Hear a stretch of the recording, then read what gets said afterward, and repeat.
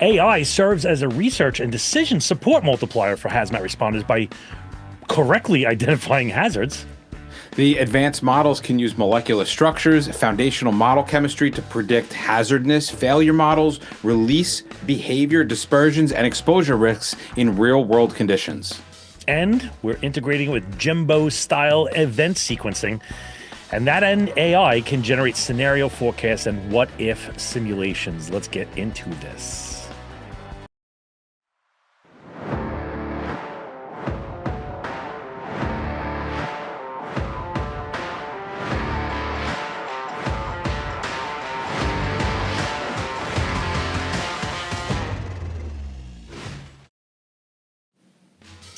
You know the worst part about arriving at a hazmat scene? You've been sitting in front of the window the whole time and your hair's like a rat's nest. Yes, but also uncertainty. You have no idea what's in the air there. And assuming it's just a chemical, well, that just doesn't cut it. You need answers and you need them fast. That's where the Explorer comes in. It's real-time chemical ID and quantification right in the field. Yeah, no more, that sounds like it's bad. It's going to tell you exactly what's there and exactly how much. So you can set up your safety zones as an adult and not a rookie guessing where to put the tape. Defensible, quantitative data in seconds, making decisions a hell of a lot easier. So there's no more waiting around for an answer, just solid life-saving intel. So go check out the Explorer and stop guessing. Check out 908devices.com. You know what really stresses me out on hazmat calls? The part where everybody stands around saying it smells like almonds.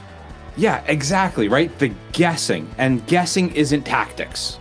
That's where Teledyne FLIR Defense builds detection tools so we can stop doing that. Real sensors for real CBRNE threats. They've been in it over 30 years, helping first responders actually know what they're dealing with. Yep, and hazmat, homeland security, public safety, ugly scenes, very clear answers. The more you know, the smarter you can operate. Now check them out, Teledyne FLIR Defense, any threat, anywhere, without the mysteries. And of course, we promised that we would look into the solution for battery fires, and a bunch of companies have put their garbage in front of us, and we've rejected almost all of it with the exception of this noteworthy extinguisher, which promises to put out your lithium-ion battery fires. Not just lithium-ion battery fires, it works on a whole class of other fires. It also prevents the spreading of the fire, and it keeps the lithium-ion battery from reigniting. Now, before that guy starts texting me on the side asking for proof, the links are in the show notes for UL Class A and B, as well as BSI for 10 categories, including lithium-ion batteries. Now, we have put this through our field tests, and we were impressed with the results. We suggest that you do your own myth busting. It's available in a variety of options, and it's going to integrate into whatever your current process is. You can check them out at Fire Suppression Solutions or click on the link in the show notes. Yes. Okay. Well, now that we're getting going, getting it going, we are now we've got a whole bunch of AI stuff headed our way, and I don't think we really need to talk about anything else. Oh no, we do have something to talk about, don't we? We do. We got the last winner for the Obexian giveaway, and that fine gentlefolk is Andrew Zawada.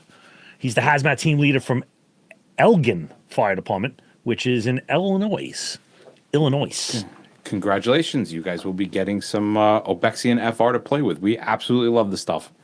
I love it. It's good stuff, and good luck, and hopefully it fixes your problem. Thank you to everybody that did submit. I noticed we said very clearly one submission, and there was one guy that put in like 6. No. Really? A firefighter try to F the system? I can't ever see that happening. It's all right. I know how to. But luckily we used AI to help us sift through all of the no, we didn't use AI for that, but we can use AI for plenty of other stuff.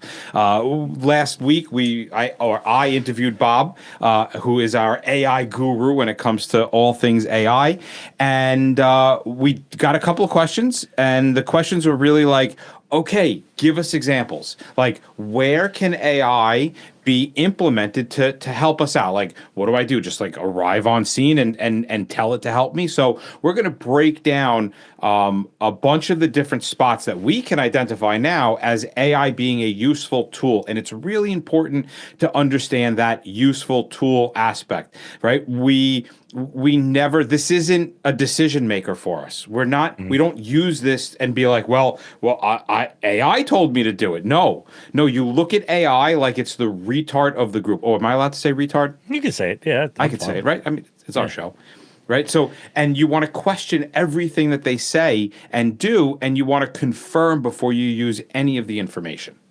So we got since last week's, I've gotten quite a few texts and calls and emails saying that was interesting. So like, what are some of the things you can do? We have been on our side of the pond over here playing with things like, container markings and UN numbers, which is kind of basic stuff. Shipping papers has been incredibly good with. Fragmented SDSs. I've been playing with actually ripping SDSs in half and still seeing if it could figure it out. And it's been doing it. Like a predictive behavior. Yep. Like, tank car types, rail heads, symptom reports, just saying, the person has this or that. Jargon, it's very good at. It's cool because you can talk to it in kind of a plain English format, right? Whereas prior you would have had to have gathered the information, assess the information yourself, and come up with a game plan. Now it can help digest a lot of information, and it can do it in whatever output you like. So what do I mean by an output? Well, you can tell it to talk to you like a normal human being. Sometimes I have it explain things to me as if I'm a 15-year-old. And I'll be like, explain this to me as if I'm 15. Sometimes I got to dive down into like the 6-year-old realm, and that's always hysterical. But the output matters. So if you're putting in the pictures and the SDS sheets, right? What is this? How does it behave? What do you think my top threats are? Help me verify what to do next. What are my uncertainties? And all this information, not only is it going to give you the deductive reasoning, but it can also support the information resources and the site safety plans and NFPA 470s. It can help you with the JPRs. Like, it can perform a tremendous amount of things at once. Another thing we've been doing is like the source of the truth, right? Like, for example, let's say you go into the ERG and it says stay back 300 feet for UN 1234. You can ask it like why, and it will give you the reason, not just in a chemical physical property, but you can say I'm an operations level guy or I'm a specialist or whatever, and it'll frame it in those things, giving you depth depending on the output you want. And this isn't even necessarily for fire department personnel, right? Industry, OSHA, HAZWOPER can set up a framework within this thing where it can pass all the information through kind of that HAZWOPER filter. So, hey, how's my training and competency for this? What are my program requirements? Am I acting in a way that is safe based upon what is written in the HAZWOPER program?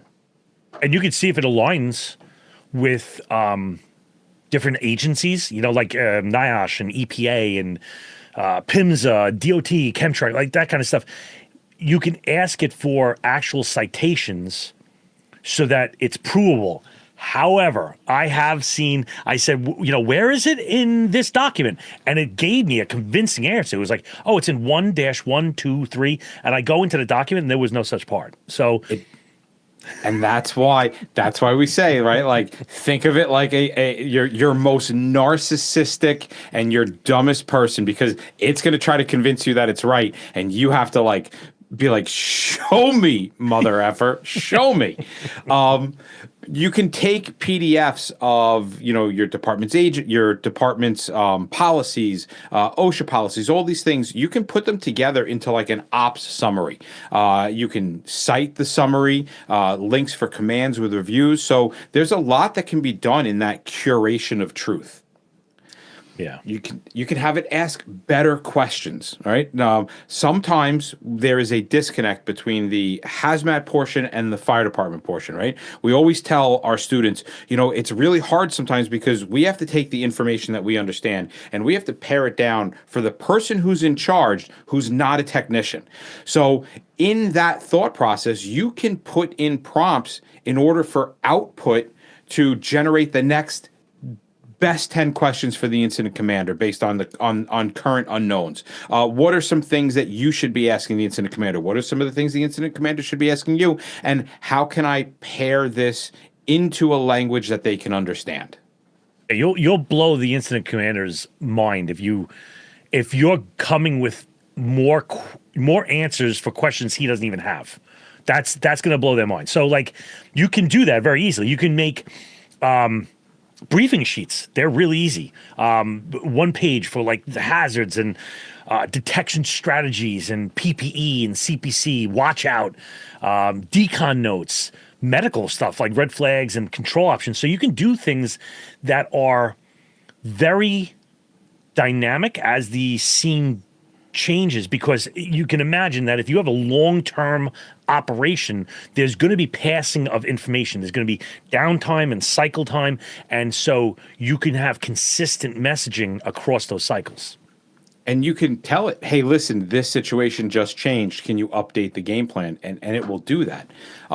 If you're not that comfortable going there yet, AI does a phenomenal job of just pulling through chemical databases to give you information. It can merge and summarize data from, say, like PubChem, ChemSpider, EPA dashboards, really whatever you ask it to go and get information such as toxic data, SDS sheets, chemical and physical properties, even regulatory sources can be searched at with relative ease in the moment. Now, the output of that is a little bit more difficult because if you don't constrain it to a certain point, it's just going to vomit this in no particular order. Like you need like a unified annotated profile of a chemical's property. So I want things like vapor pressure and flash point and boiling point and UEL, LEL and solubility and stuff.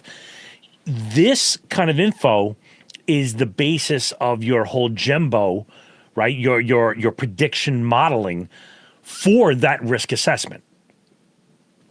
And there are machine learning models out there that can estimate properties when empirical data is missing.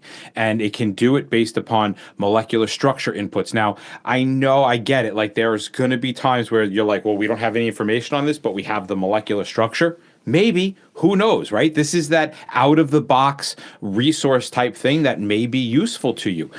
Some advanced models can even give you confidence scores indicating reliability. So as it's predicting what's going to happen, you kind of get like a little comfort hug to be like, I am 99% sure that you are going to die if you do this. And that can be very comforting to some.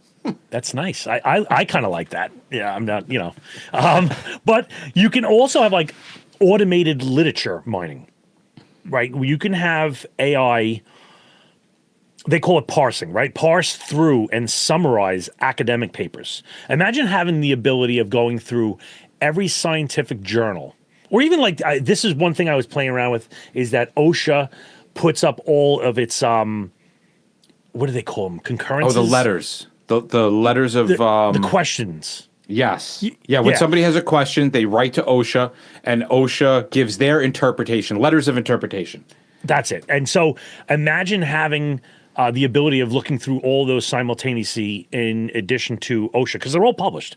So it's not very hard to do that, but you can do that with like, suit manuals. Right, you get your meter that has all the cross sensitivities. There's no reason why you can't parse through that instantly at a scene. It's a thing. But first, today's episode is brought to you by Rigaku Analytical Devices, who are the folks who've been practicing 1064 nanometer Raman probably longer than some of you guys have been doing hazmat. Yeah, and they just launched their fourth generation hand analyzer, if I could speak properly again today, the Icon X, and it is built specifically for real world stuff that we run into all the time. I'm talking dirty powders, mixtures from the roadway and the floors, dyes, colors, all the things that would send a normal instrument into a full-blown temper tantrum. And the 1064 nanometer laser means that you get reduced fluorescence, so you get fast, reliable chemical IDs in under a minute instead of staring at a blank screen wondering what went wrong. This isn't an upgrade, people. This is an entirely new platform. It's an entirely new toolbox. It supports its own accessories, including standoff analyzation, so you can get answers without being too close. So if you want an analyzer that's been evolving right along the world of hazmat, check out Rigaku's newest Raman at rigakuanalytical.com. And you know what I love about the city? Watching protesters get run over in the streets? That is entertaining. But my new fave is the e-scooter gangs. Ah, yes. Nothing screams hazmat like a moped with a battery that's about to go nuclear. Well, that's where Obexian FR is going to save the day. You can see that episode coming up on Tuesday. Yep. Lightweight, mobile friendly, and designed for us, the first responders, because honestly, the last thing we need is extra weight in the back when things are heating up. And that's third-party tested to lower toxic gases below the IDLH. Which means you can actually breathe when you're putting that scooter fire out. I mean, still put your mask on, but, you know. And if you need more, Obexian FR comes by the pallet or a polydrum kit. Yeah, which is perfect when you're thinking we're going to need a lot of time for this one. So protect your team and your lungs. Go to see thehazmatguys.dgeo.com. That's thehazmatguys.dgeo.com.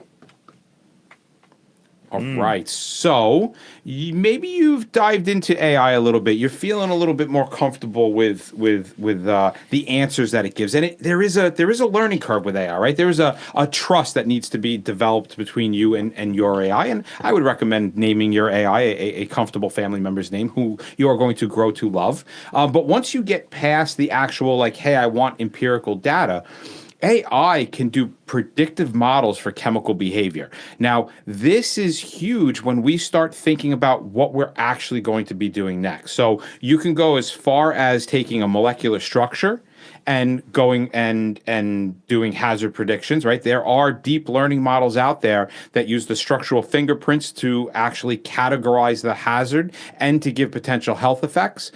This could be used I'm not even going to say primarily, but I would use this not only on scene, but say like pre-incident planning, where you're gonna try to figure out, if this happens, what am I going to do? There is a lot of work being done right now in the field about preloading it with, like, pre-training a model, right? And this would be like something like the language foundations. However, it would be with like chemicals or meters or PP, whatever it might be, right? And this generalized chemical knowledge can be fine-tuned. I laugh with this because we've all used Cameo to say, well, I have aluminum phosphide and water, and it says, oh, you have this now. And that was, yes, you could do that. But now imagine doing that with 3 or 4 things, right? Imagine doing that with the vapor pressure is 122. Yeah, but I'm at 480 feet up in the above sea level, and it's 42 degrees and it's 23% humidity. And now it's like, oh no, now it's this. That's here. And you can focus the answer for your AI to be able to put it in terms that is actually usable on scene. So, for example, right, I want to do behavioral prediction. Well, I actually want to do it in the Brender's Gembo model, and I want to do it as a sequence of events. So AI can support that specific prediction at each step. So, right, we start off with the stress. AI can help us answer, how will this container sustain and react to a thermal or mechanical stress, right? So I know I've got a cylinder and I know this happened to the cylinder. I put all that information in there. I put in whatever variables I need to, and it's going to check material compatibility, critical stress indicators, failure modes. It's going to help support and anticipate where and when a breach might occur. Now, it's not all knowing, but It's pretty freaking good. It's definitely a pal, because it can look at like breaches and think about the breach morphology, right? The how that breach is going to change or pattern out. It can also give you like rate of leak, right? You know how fast this thing is going to leak. At what point does it stop? The stress modes, the likelihood of secondary failures. It's doing things, and it's doing a quick. If you're building a tool, oh man, I just kind of said it. I'll say it, whatever. We're working on something, and if it's going to be, we're daring to say future proof. It's going to scale with the time, because if you're building a tool that was the bee's knees 6 months ago, that tool is no longer bee's knees. That is like 10 years ago stuff. Yeah, so because we want more than just access to instant information. We want thoughts, ideas, and help. Right? We're using this AI like a consultant. So we get the release. Right? The breach has occurred. What's going to happen with that release? Well, based upon all the parameters that I put in, AI can pair with your plume modeling engines, giving you initial source terms elimination, predictive dispersion plumes, directions, concentrations over times. It can help us with the whole engulf and contact phase within the Gembo modeling. So, we have a great future ahead of us with AI. And even the prediction, the exposure stuff, it can give hyper accurate, like real-time dynamic kind of stuff at defined distances, durations, times a day, locations. You can have comparative like risk levels for different populations. It's not all that 25 to 40-year-old, 150-pound male. In your city, your town, your whatever, you have a great diversity. You have infants up to geriatrics. You have healthy people, or you have people with pulmonary edema. You can actually kind of model this out based upon that. So protective actions, isolation, evacuation. Give it a shot. Sit down with this in a tabletop type scenario. And, we got at least 2 or 3 questions last week where it was like, well, how do I begin? Like, what do I tell it? Well, here's a relatively easy one, right? Starting off as a scenario driven template, and you add to it and take away from it as you kind of play with it. Given a container, plus a chemical cast number or any kind of identification, plus the environment, please generate a pre-populated Gimbo model event sequence, including the likely stressors, probable breach. Wow, this is not working today. Probable breach types, expected release rates, dispersion behaviors, and potential harm from like a mechanical basis.